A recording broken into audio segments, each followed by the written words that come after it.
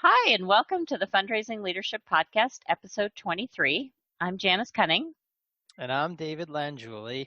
And Janice, today we have a special guest on the podcast from Georgia. It's Paul Kindzia. Hi, Paul. Hey, how are you?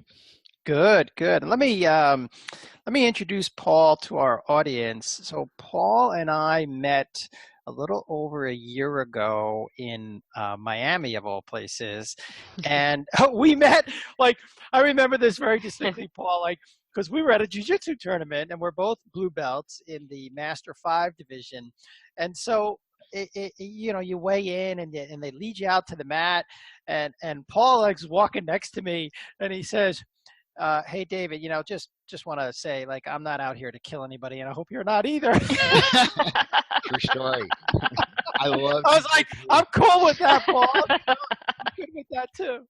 So anyway, actually, we had a great match. Paul defeated me in that match. I think it was 2-0, Paul, right? I don't remember the score. Or 4-0. Okay, something like this. See, David, you remember because you were on the losing end of that. That's usually how it works, right? You don't remember your wins, but you do remember your losses. It's so true. I can viscerally remember all of my losses, and the wins are just like, oh, okay.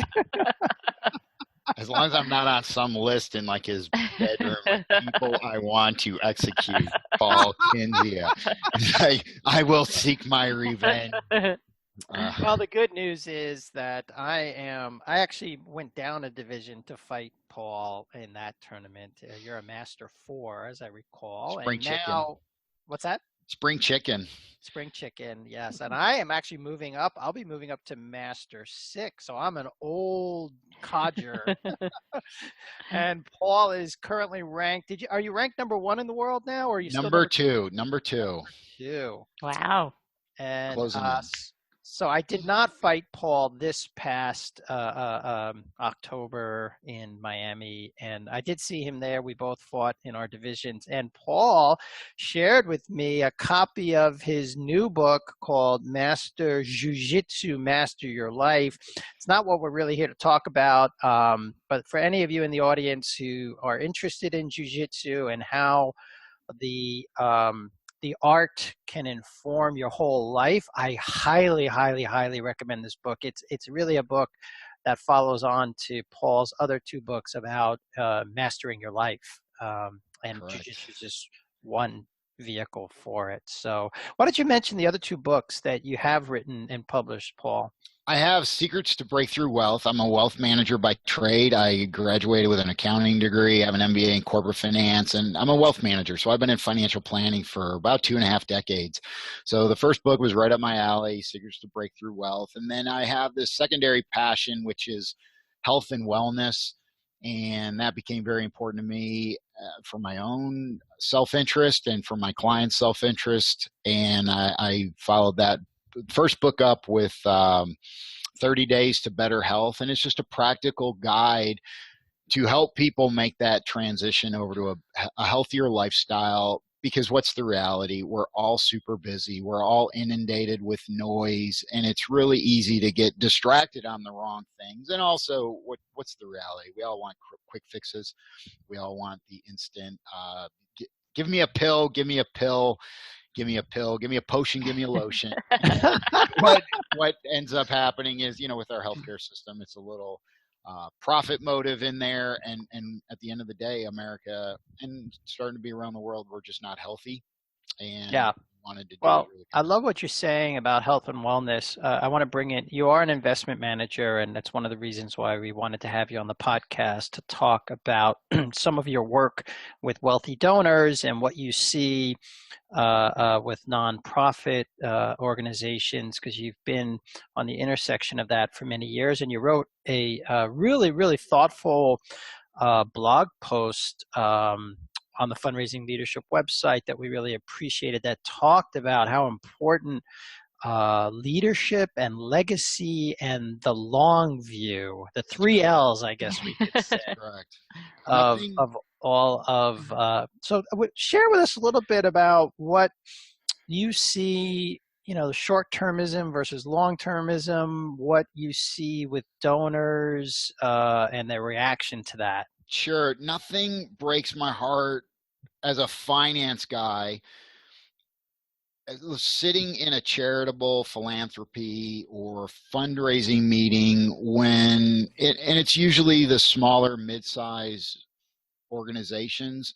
They're trying to solicit funds. They're trying to better their organizations, and they're doing things that they undermine themselves in their own success and potential in these meetings. And what it becomes clear very early in these fundraising meetings with my wealthy clients, and I'm sure plenty of others, is they're not communicating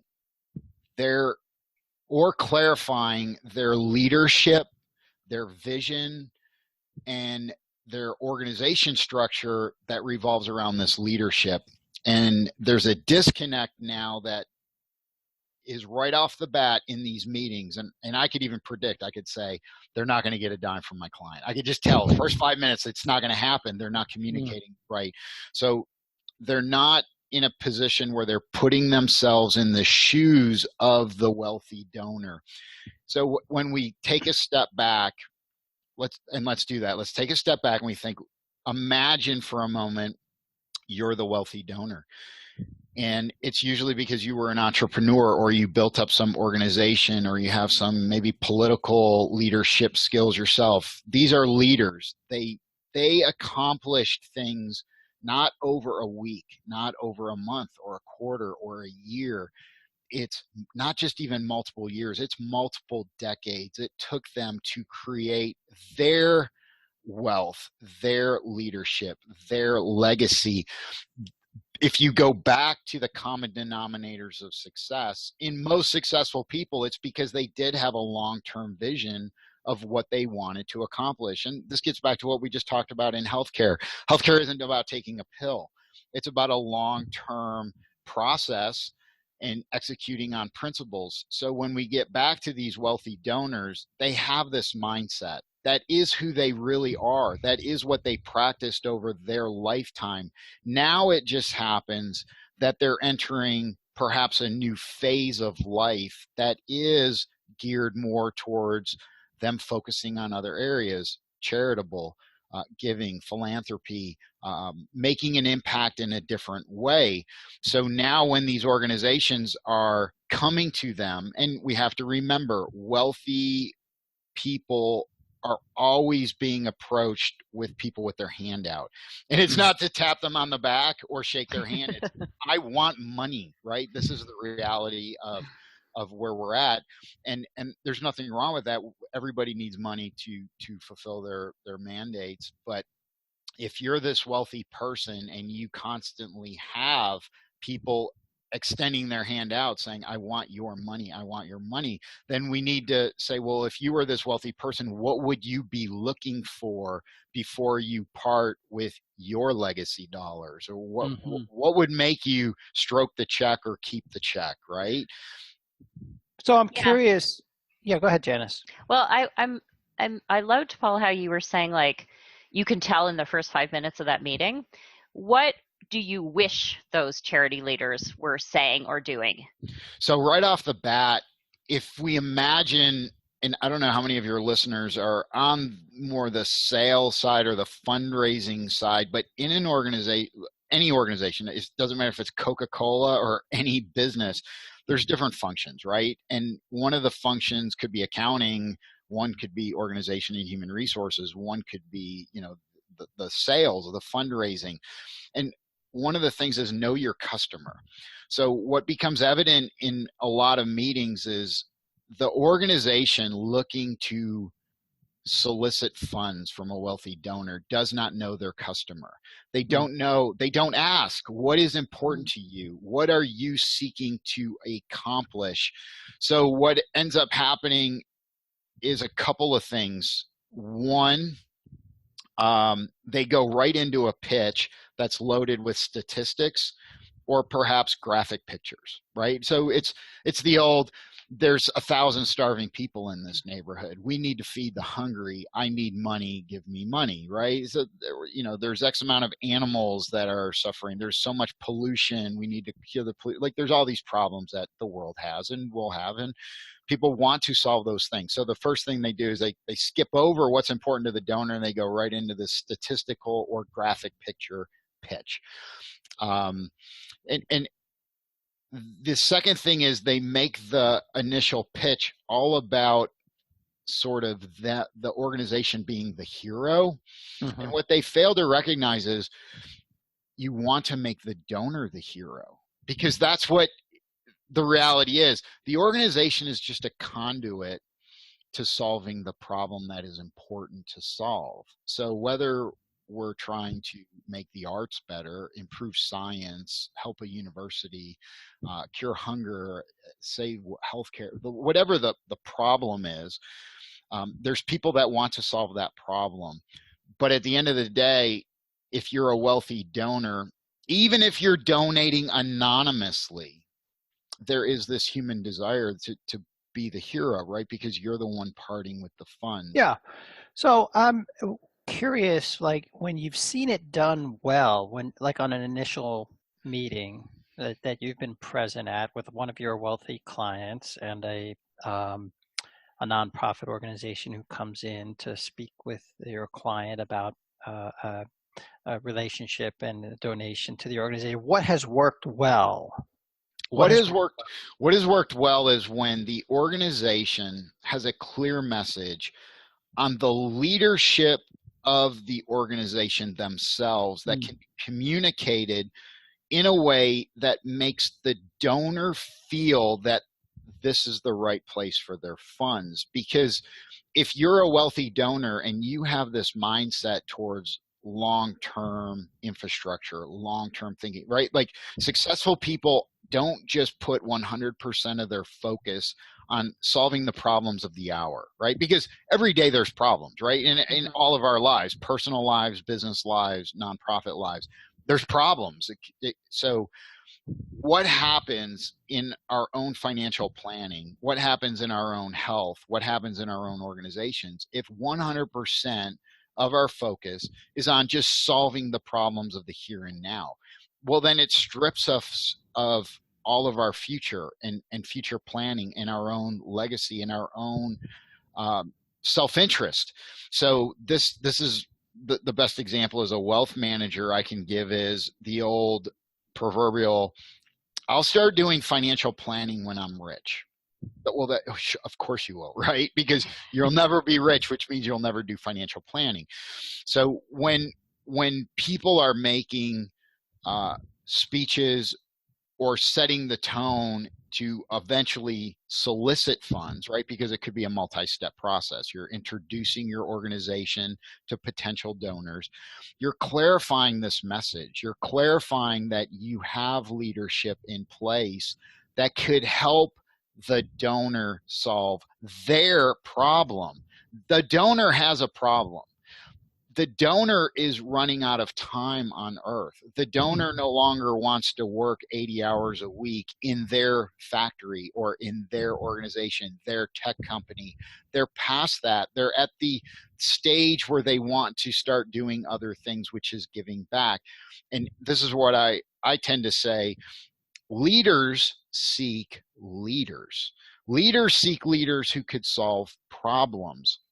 So again, if we I love the distinction that you're making here in this conversation with us, Paul, because Janice and I really formed up fundraising leadership to help leaders in the nonprofit world. And it's, people come to us and they think like, oh, can you teach us how to do fundraising? And we're like, no. I mean, we could, but we choose not to, because there's lots of, like you talked about, there are some skills, we could call them sales skills, we could call them relationship building, whatever you want to call it, right?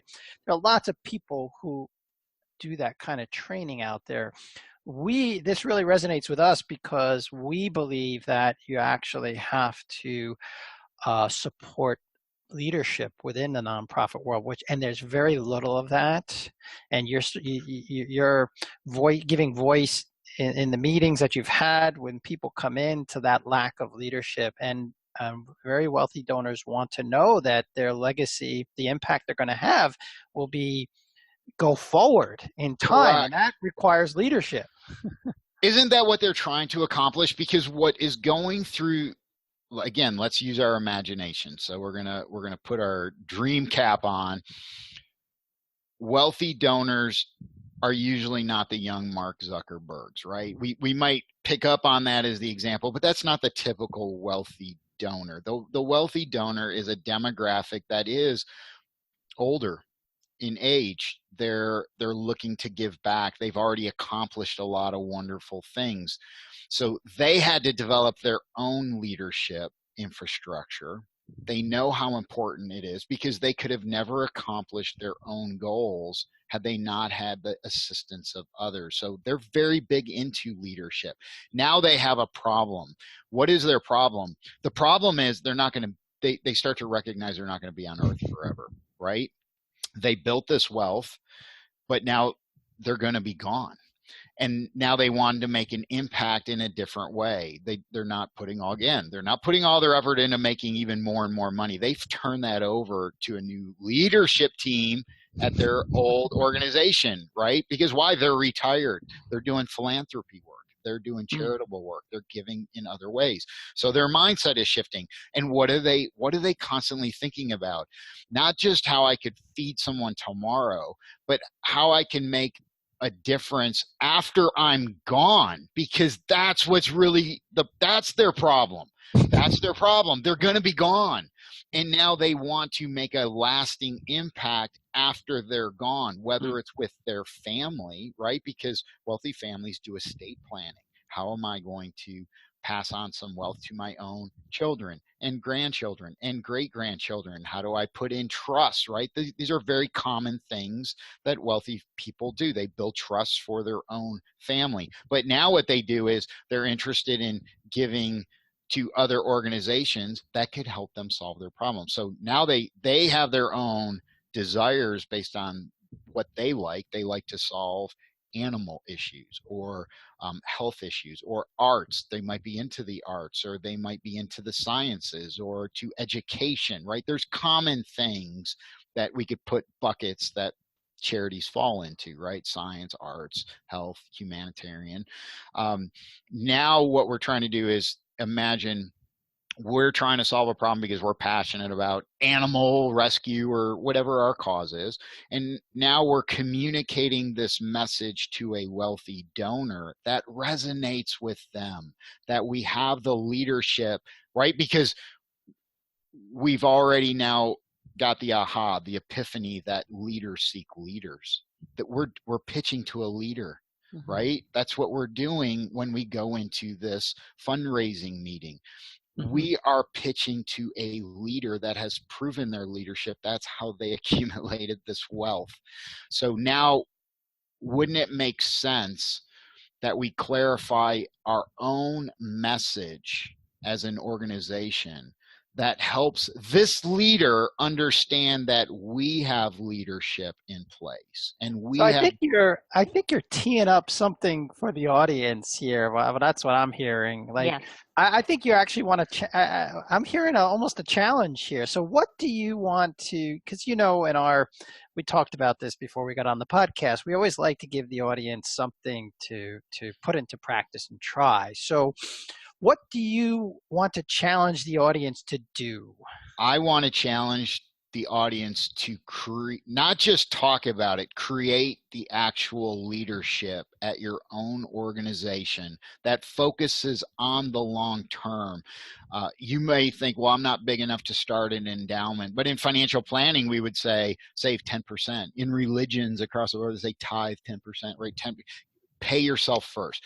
Get your organization focused on the long term. Get your leadership set up for the long term. Actually do it. That's step one.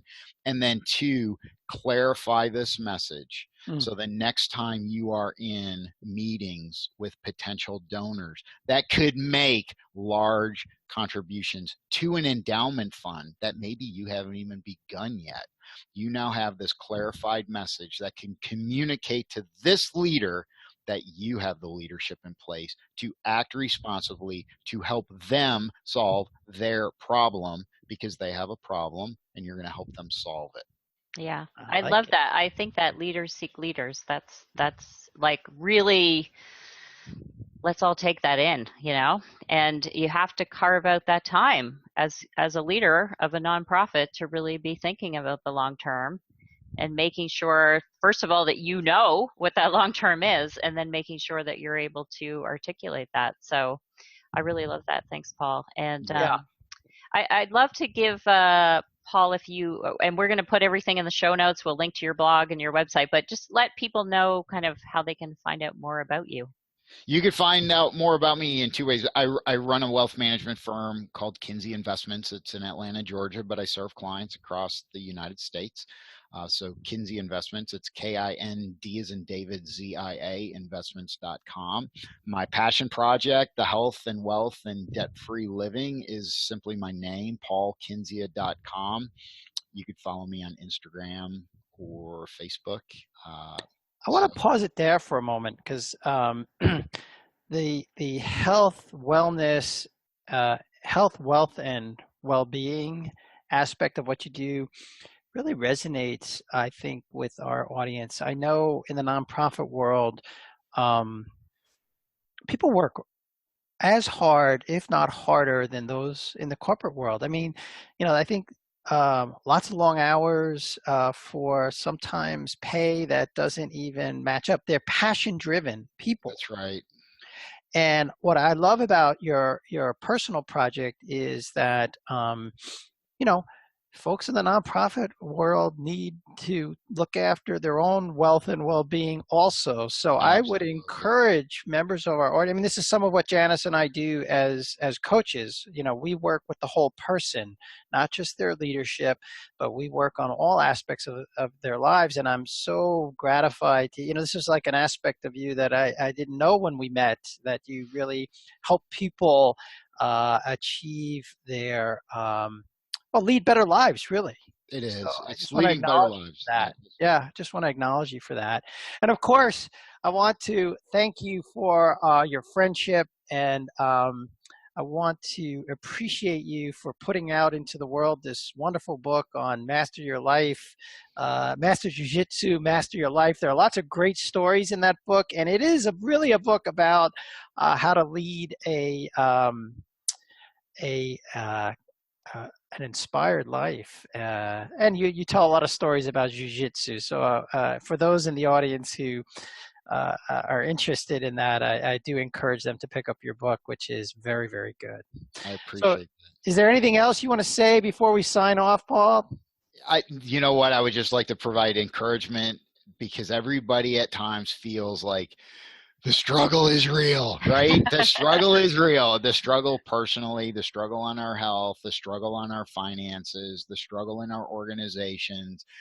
Social media has a funny way of distorting our perceptions of reality. Everybody's a big shot on social media, but I could tell you behind the scenes, even working with people that have accomplished amazing things, the struggle is real, and everybody has hard days. Everybody is tempted to have the cheesecake. Everybody likes the cookies, especially coming up around the holidays. But what we have to do is, determine our own principles, focus on our own goals, and just sort of fight the good fight. So if you're out there in an organization, like David said, it's just like, man, I'm just working so hard and I'm not getting paid a lot of money, and it's just passion projects. It's like, fight the good fight, because the world needs you. The world needs your message. The world needs your problem solving skills, and the world needs your leadership now more than ever.